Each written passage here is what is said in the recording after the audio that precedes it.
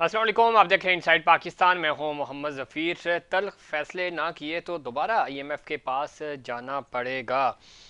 Prime minister आज एक बार फिर इस बात को दोहराते हुए नज़र आए। उनका कहना था कि इस वक्त माशी तौर पे बहुत मुश्किल सूरत हाल से हम दो चार हैं, मुश्किल फ़ैसले करने होंगे। बलूचिस्तान के दौरे पे थे वो आज, और वहाँ के वक्त से उन्होंने मुलाकात भी की। बलूचिस्तान के ताजरों के लिए तारीखी पैकेज का ऐलान भी किया, और साथ ही साथ वो इस चीज़ के ऊपर भी ज़ोर देते हुए नज़र आए कि एनर्जी में थोड़ा सा फोकस करना होगा। बलूचिस्तान में की जो ज़री ज़मीन है उसके ऊपर काम करना होगा ताकि डेवलपमेंट हो सके और बलूचिस्तान तरक्की की दौड़ में आगे बढ़ सके। उसके ऊपर 500 अरब रुपए की सब्सिडी देने का फ़ैसला भी किया ताकि बलूचिस्तान खुशहाल हो सके, तरक्की कर सके। दूसरी तरफ मुल्क में सियासी इस्तेकाम की ज़रूरत है, और उसके ऊपर जो फैसले आ रहे हैं और ख़ास तौर पे अदालती और सियासी माहौल जो है वो बड़ा तल्ख है, और सख्त फैसले भी आ रहे हैं। अब देखना यह है कि इस मौजूदा जो एक तनाव है, इस तनाव से हुकूमत कैसे निकलेगी। गैर यकीनी की सूरत हाल है, उसके ऊपर चूँकि तमाम ही पॉलिटिकल पार्टीज़ के तहफ़्फ़ुज़ात भी हैं। इन तहफ़्फ़ुज़ात को कैसे दूर किया जा सकता है, रोड मैप क्या होगा, और हुकूमत क्या हिकमत अमली बना रही है। अदालती फ़ैसलों की अगर हम बात करें तो वहाँ से भी आज चूँकि जो तफसीली फ़ैसला आया उसमें कहा गया कि शफाफ ट्रायल के बगैर मासूम शख्स जुल्फ़िकार अली भुट्टो को फांसी चढ़ाया गया। ज़रा बहुत अरसे के बाद इसके ऊपर इस फैसले को के ऊपर ये जजमेंट आई, और अब ज़रा तफसीली फ़ैसला भी आ चुका है। तो इसके इम्पेक्ट क्या होंगे, और अब जो एक इंसाफ का हमारा निज़ाम है, ट्रायल का जो एक निज़ाम है, उसके ऊपर भी सवालात उठने लगे हैं। मौजूदा जो अदालती सिस्टम है वो भी बड़े मुश्किल और सख्त फ़ैसले कर रहा है। इसके ऊपर भी सियासी जमातों के भी तहफ़्फ़ुज़ात हैं, और अब ज़ाहिर पाकिस्तान मुस्लिम लीग नून हुकूमती पार्टी है, और हुकूमत के भी बड़े शदीद तहफ़्फ़ुज़ात हैं। एक ओवरऑल अगर हम देखें तो सियासी और अदालती जंग ने एक नया रुख इख्तियार किया है। तो इसका ज़ाहिर बराह रास्त आम आवाम को तो कोई फ़ायदा नहीं होगा। आवाम को बजट से फ़ायदा होना था, लेकिन बजट के बाद मज़ीद चीज़ें जो हैं वो बढ़ती जा रही हैं, महंगाई बढ़ती जा रही है, और इस महंगाई का ज़ाहिर है बराह रास्त असर पड़ रहा है आम आवाम के ऊपर। और आम आवाम जब पहले ही इतनी इतनी मुश्किलात से दो चार हैं, तो इस तरह का जो प्रेशर बिल्ड होगा तो ज़ाहिर है एक अफरा तफरी मचती है, और हुकूमत इस पूरे मामले में हमें बैकफुट पे नज़र आ रही है। फौरी रिलीफ का कोई ऑप्शन ही हुकूमत के पास नहीं है। जिस तरह प्राइम मिनिस्टर आज कह रहे थे कि आईएमएफ हमारी मजबूरी है और डूब मरने का मुकाम होगा अगर हम 3 साल बाद फिर दोबारा आईएमएफ के पास जाएं। हम मेहनत करेंगे और चीज़ों से निकल आएंगे ताकि आईएमएफ के पास ना जाना पड़े, लेकिन ना कैसे जाएंगे उसके ऊपर कोई काम नहीं हो रहा। अगर मौजूदा जो जितना भी पॉलिटिकल स्टेक होल्डर्स हैं वो मिल बैठ कर डिसीजंस नहीं लेंगे, चीज़ें बेहतर नहीं करेंगे, तो चीज़ें बेहतरी की तरफ नहीं जा सकती। हुकूमत ख़ुद प्राइम मिनिस्टर इस बात से बहुत अच्छी तरह वाकिफ़ है, उनकी जितनी पूरी टीम है वो टीम भी उस तरह सिंक नहीं है। और इसी तरह जो इत्तेहादी हैं हुकूमत के, और इत्तेहादियों से हटकर जब हम पाकिस्तान पीपल्स पार्टी की बात करते हैं, जो सपोर्टर हैं इस पूरे मामले में, वो मुश्किल सूरत हाल में हुकूमत का साथ देते हैं, लेकिन वो भी सही मानों में हुकूमत के साथ नहीं है। अपोजिशन तो चलो है ही, अपोजिशन में वो तो शोर शराबा करते हैं। तो तमाम स्टेक होल्डर्स जब मिलकर फैसले नहीं करेंगे तो इस मुश्किल सूरत हाल से निकलना नामुमकिन है, और उसके लिए कोई वाज़ेह हिकमत अमली और कुछ बेहतर एक एजेंडा सेट करना होगा, जो कि तमाम ही सियासी जमातों का मकसद होना चाहिए, तरजीह होनी चाहिए। वो तरजीह हमें नज़र नहीं आ रही, और वो कमी कैसे पूरी होगी इस पर मज़ीद बात करेंगे। हमें ज्वाइन किया है जनाब आसिफ बाजवा साहब ने, सीनियर सियासतदान है, सीनियर रहनुमा है मुस्लिम लीग नून के। बाजवा साहब खुश आमदीद कहते हैं आपको शो में। बाजवा साहब किस तरह देखते हैं, प्राइम मिनिस्टर ने आज एक बार फिर कहा कि तल्ख फैसले न किए तो दोबारा आईएमएफ के पास जाना पड़ेगा, और अगर 3 साल के बाद आईएमएफ के पास ही जाना पड़ा तो डूब मरने का मुकाम होगा। प्राइम मिनिस्टर बिल्कुल ये बात दुरुस्त कह रहे हैं, लेकिन जिस तरह की के इश्यूज़ हैं, हालात हैं, चैलेंजेस हैं, बहुत मुश्किल सूरत हाल है। कैसे इस सूरत हाल से बाहर निकला जाएगा? आपका बहुत शुक्रिया, आपने मुझे इनवाइट किया और वक्त दिया। सर, गुजारिश ये है कि मियां शहबाज शरीफ साहब ने जिस तरीके से प्राइम मिनिस्टर बनने के बाद पाकिस्तान को चलाने की कोशिश की है, वो एक मिसाल है और वो एक उनकी मेहनत की एक बहुत बड़ी मिसाल है कि उन्होंने अपने आप को हमरा अपनी टीम के किस तरीके से पाकिस्तान की जो रियासत के मामला हैं उनकी मतलब उन्होंने सख्त फैसले किए हैं, जो कि अवाम, सख्त फैसले का मतलब ये है कि अवाम ने उनको पजीरा ही नहीं है।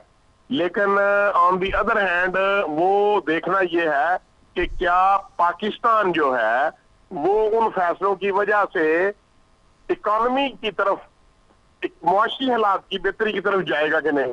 ठीक, क्योंकि इस वक्त महंगाई बहुत ज्यादा है, बिजली के रेट बहुत ज्यादा है, पेट्रोल के रेट बहुत ज्यादा है और सोर्स ऑफ इनकम लोगों की बहुत कम है, कुव्वते खरीद कम होती जा रही है, लोग वाकई परेशान है।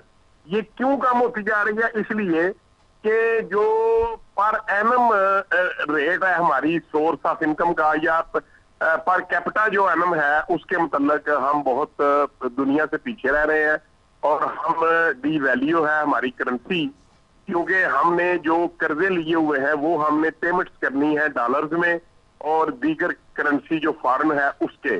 ठीक है। हम चूंकि तो पैसे कहां से इकट्ठे करेंगे, डॉलर कहां से आएंगे? वो तो आएंगे जब हम एक्सपोर्ट करेंगे और जब हम पाकिस्तान से ज़र मुबादला वहां से आएगा, जो हमारे फॉरेन लोग गए हुए हैं फॉरेन कंट्रीज में वो भेजेंगे। लेकिन अभी तक ना हम एक्सपोर्ट बढ़ा सके हैं और ना हम जो लोग हैं बैरून मुल्क उनसे सरमायाकारी ला सके हैं।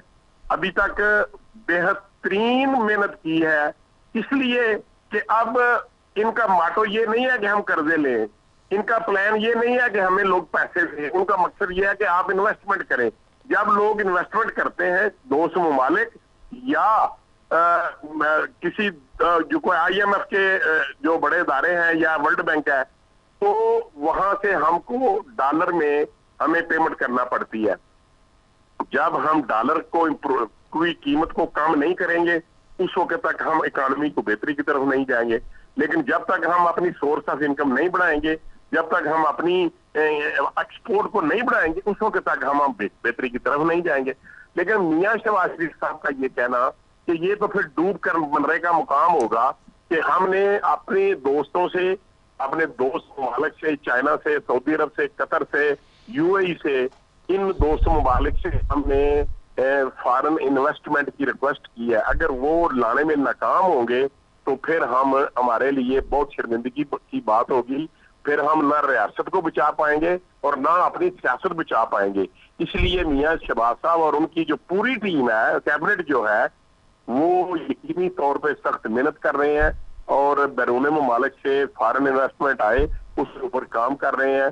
और मुझे यकीन है कि पाकिस्तान की PMLN की इस गवर्नमेंट ने 2 साल का टाइम फ्रेम दिया था और टाइम फ्रेम के अंदर इंशाल्लाह 2 साल जब हो जाएंगे तो हम यकीनन अपनी इकोनॉमी को स्टेबल करेंगे। और ये जो आज फैसला किया मियां शहबाज साहब ने कोयटा में जाकर के कि वो लोगों को, और मरियम नवाज साहबा जो पंजाब की चीफ मिनिस्टर है, उसको फाइनल अनाउंस करने वाली हैं कि पहले वो कहते थे 100 यूनिट वाले, फिर 200 यूनिट वाले की बात की थी। आज उन्होंने फैसला किया कि नहीं, 500 यूनिट वाले लोगों तक, 500 यूनिट तक के लोगों को हम सोलर पैनल जो है, ये जो है, बाजवा साहब बात तो आपकी ठीक है। बाजवा साहब मैं इस पे आता ये सवाल पे, चूंकि आपने जिक्र कर दिया, ये सिर्फ पंजाब का मसला नहीं है। 300 यूनिट मुफ्त बिजली के वादे यहाँ पे सिंध में बिलावल भुट्टो साहब ने किया था, पंजाब में मुस्लिम लीग नून ने वादा किया था, नहीं कर सके। आप अब सोलर पैनल की तरफ जा रहे हैं, वादे वफा नहीं हो रहे, आवाम की चीखें निकल रही हैं। तो बाजवा साहब आप नहीं समझते कि मुश्किल, जब आप इलेक्शंस में होते हैं तो इस तरह के वादे कर देते हैं जो कि हकीकत से कोसों दूर होते हैं। सबको पता था IMF का कितना प्रेशर है, चूँकि पिछली हुकूमत आप ही की थी। तो इस तरह के वादे किए क्यों जाते हैं? और आज अवाम बेबस है सर। आप अवामी सियासत करते हैं, आप कोई इलीट क्लास की सियासत नहीं करते। आप जाते हैं हल्के में, बैठते हैं लोगों में, बुरा हाल है, आपके अपने वर्कर्स का बहुत बुरा हाल है। तो ये कैसे देखिए सरवाइव सर, होगा? आज ये स्टेटमेंट आई है कि जो बिलावल भुट्टो साहब है, उन्होंने कहा कि मैंने तो वादा किया था कि अगर मैं प्राइम मिनिस्टर बनूंगा तो फिर मैं यूनिट फ्री दूंगा, लेकिन उसके अच्छा, जो चीफ बाजवा मिनिस्टर साहब, पंजाब ये है। कता कलामी माफ, ये बात जब इमरान खान साहब करते थे तो उनको हम यू टर्न कह देते थे कि जी यू टर्न ले लिया।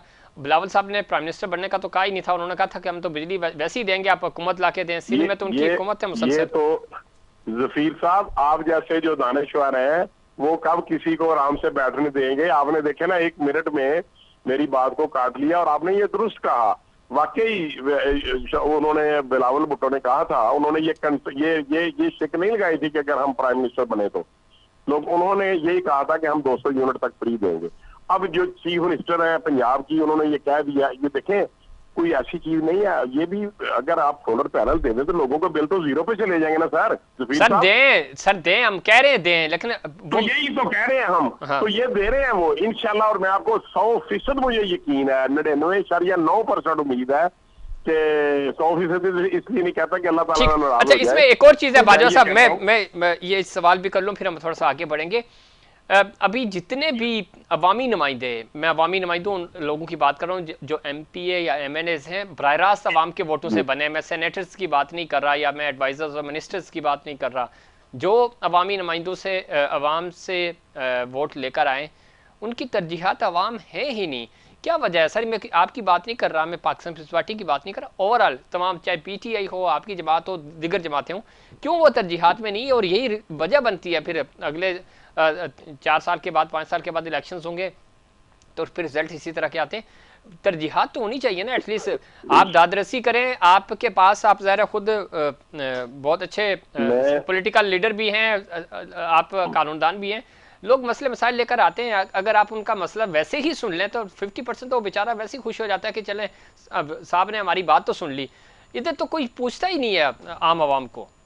देखें देखें, बात यह है कि मैं बिल्कुल, आप हर चीज को बड़ा कीनली लेते हैं और ये दुरुस्त है। आप जैसे लोगों का यही फर्ज है कि आप जो कर रहे हैं। देखें, हम ये नहीं करते कि ये जो मरियम नवाज साहब है, उन्होंने कोई किसी से ऐसी बात की हो जिसके ऊपर, देखें, जितनी जितनी मेहनत वो कर सकते थे। नहीं, मरियम बीबी का तो बात ही नहीं हो रही ना यहाँ। मैं कह रहा हूँ ओवरऑल सीएम तो एक ही होता है ना पूरे सूबे का, तो वो तो हर बंदे के पास नहीं जा सकता। मैं अर्ज कर देता हूँ। देखे ना, जो मियाँ शहबाज साहब कर रहे हैं, तो उन्होंने आज जो बलूचिस्तान में जाके अनाउंसमेंट की है कि 16,000 लोगों को वो देने जा रहे हैं। फौरी तौर पे उन्होंने कहा कि हम इन लोगों को नहीं, सारी 1,60,000 टूर जो है उसको सोलर पैनल पे लेके जा रहे हैं। इसका मतलब है ये बहुत बड़ा रिलीफ है उन लोगों के लिए। ये वहां पे हो गया बलूचिस्तान में। फिर उन्होंने कराची के लिए कहा कि वो गवादर से जो सड़क है लियारी रोड के ऊपर, उसके ऊपर थोड़ी सी तलखी भी हुई। हमारे कैंप के लोगों ने कहा जी खराब हो जाएगी। उन्होंने कहा कि ये भी हम उसको इसके साथ रूट को भी अटैच कर रहे हैं। इसके अलावा जब वो कराची गए थे परसों, तो कराची में भी उन्होंने, या कल, तो कराची में भी उन्होंने कहा कि 70% पैसे जो है हम लगा रहे हैं आपके सिंध के प्रोजेक्ट के ऊपर, 30% आप लगाए। तो उसके अलावा जो सूबा केपी के है, वहां पर भी आपको पता है कि अब वो खामोश हो गए हैं। उनके क्या नाम है, जो केपी के चीफ मिनिस्टर हैं, तो वहां पर भी उन्होंने कहा कि जितने आपके पैसे बनते हैं हमने आपको सबसे पहले दिए हैं, दूसरे सूबों से पहले दिए हैं। तो पंजाब में मरियम नवाज साहब लगी हुई है, तो मुझे यकीन है कि इंशाल्लाह 2 साल के टाइम फ्रेम के अंदर अंदर हम इंशाल्लाह आवाम को रिलीफ देने में कामयाब हो जाएंगे। ठीक है। अच्छा, दूसरा ये बताइए सर, अवाम को तो रिलीफ, अब ये जो एक इस वक्त तनाव है अदालत और हुकूमत के दरमियान, ये कैसे ख़त्म होगा सर? ये बड़ा अहम जुज़ है, अहम हिस्सा है, और इसको आप माइनस कर नहीं सकते। एक तनाव है और इस तनाव को ख़त्म करना होगा। ये बहरान कैसे टलेगा? देखिए, बात यह है कि ये हमारा इदारे के साथ तनाव नहीं है, ना पाकिस्तान मुस्लिम लीग ये अफोर्ड कर सकती है कि हम जो एक मेन पिलर है स्टेट का उसके साथ तनाव पैदा करें। इदारे के साथ नहीं है। लेकिन कुछ ऐसे जजेस हैं, आपके सामने बात है, मैं बड़ी बड़ी खुली बात करने जा रहा हूँ, ड्यू पालो जी, देखिए, इससे पहले भी जो पहले चीफ जस्टिस साहब थे उमर साहब इंदियाल साहब, उसके और उससे पहले साकिब निसार साहब थे, या जिस तरीके से भी आपके सामने वो करते रहे, मिसाल के तौर पे उमर साहब इंदियाल साहब मखसूस लोगों का बेंच था, जिन लोगों को वो समझते थे कि ये पीएमएलएन के खिलाफ है, और हर वजह, हर केस में, हर जगह पे उन्हीं को बनाते थे। और उसके बाद आपके इल्म में है कि जो इस वक्त के चीफ जस्टिस हैं, उन्होंने कोई ऐसा काम नहीं किया तो उन्होंने अकेले किया हो या वो मखसूस जजेस को उन्होंने लिया हो। वो मखसूस जजेस को नहीं लेते, वो तमाम जो फुल बेंचेज है, तमाम जजेस जो हैं उनको वो साथ ले लेते हैं ताकि किसी का कोई इतराज ही ना रहे। तो मेरा ख्याल है कि पाकिस्तान मुस्लिम लीग नून ये चाहती है कि हम जो स्टेक होल्डर्स हैं, जो अदलिया है, जो इंतजामिया है, जो ब्यूरोक्रेसी है, या जो पाकिस्तान के इलेक्टेड जो नुमाइंदे हैं, सब लोगों को साथ लेके चला जाए। और हम तो ये चाहते हैं अपोजिशन को भी साथ लेके चलें, दीगर जमातों को भी साथ लेके चलें। इसीलिए हम ऑल पार्टी कॉन्फ्रेंस कर रहे हैं, और जिसके लिए पता नहीं अब आगे क्या रिजल्ट होता है, जिसके लिए इसमें सबको शिरकत करनी चाहिए। पाकिस्तान तहरीक इंसाफ ने बाजार तो हामी भरी है, देखें क्या होता है।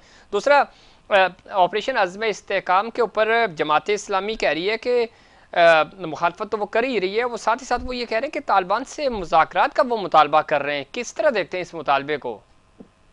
देखिए सर, मैं कि ये एक बड़ी अजीब सी बात मुझे लगती है कि अगर आप गवर्नमेंट में हो तो आपका और स्टैंड हो, अगर और मामला जो है पाकिस्तान की सालमियत का हो, और आप देख रहे हैं कि हमारी पाक फौज के और दीगर जो हमारे कानून नाफिज करने वाले इदारे हैं, तो उनको किस तरीके से पंजाब पुलिस और दूसरे जो पुलिस के इदारे हैं या दीगर कानून नाफिज करने वाले इदारे हैं, आप देख रहे हैं कि कितने वो भी हमारे भाई हैं, वो भी हमारे ही बेटे हैं, वो भी हमारे बच्चे हैं। अगर वो उनको रोजाना की बुनियाद पे लोग शहीद हो रहे हैं, तो आप क्या समझते हैं कि क्या हम दहशत गर्दों के साथ भी मुज़ाकरात करें? क्या रेट ऑफ स्टेट नहीं होनी चाहिए? क्या हुकूमत या रियासत या स्टेट जो है वो इस काबिल भी नहीं है कि वो दहशत गर्दों के साथ लड़ाई ना कर सके, अपने ही मुल्क के जो लोग हैं उनके साथ उनका कला कमाना कर सके? इससे पहले ज़रब-ए-अज़्म था, और जब वो ज़रब-ए-अज़्म हुआ तो आपने देखा कि किस तरीके से दहशतगर्दी का जो जेल था उसको मार दिया गया, उसको बोतल में बंद कर दिया गया।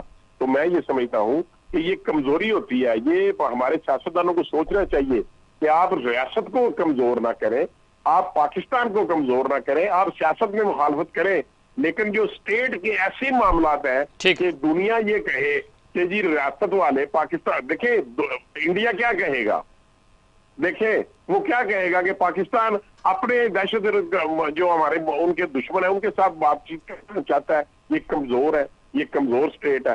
तो हमें अपनी कमजोरी नहीं दिखानी चाहिए, हमें हिम्मत और बहादुरी के साथ, ये चंद लोग हैं, ये बहुत कम लोग हैं, और ये तो देखें ये बहुत बड़ी बात है।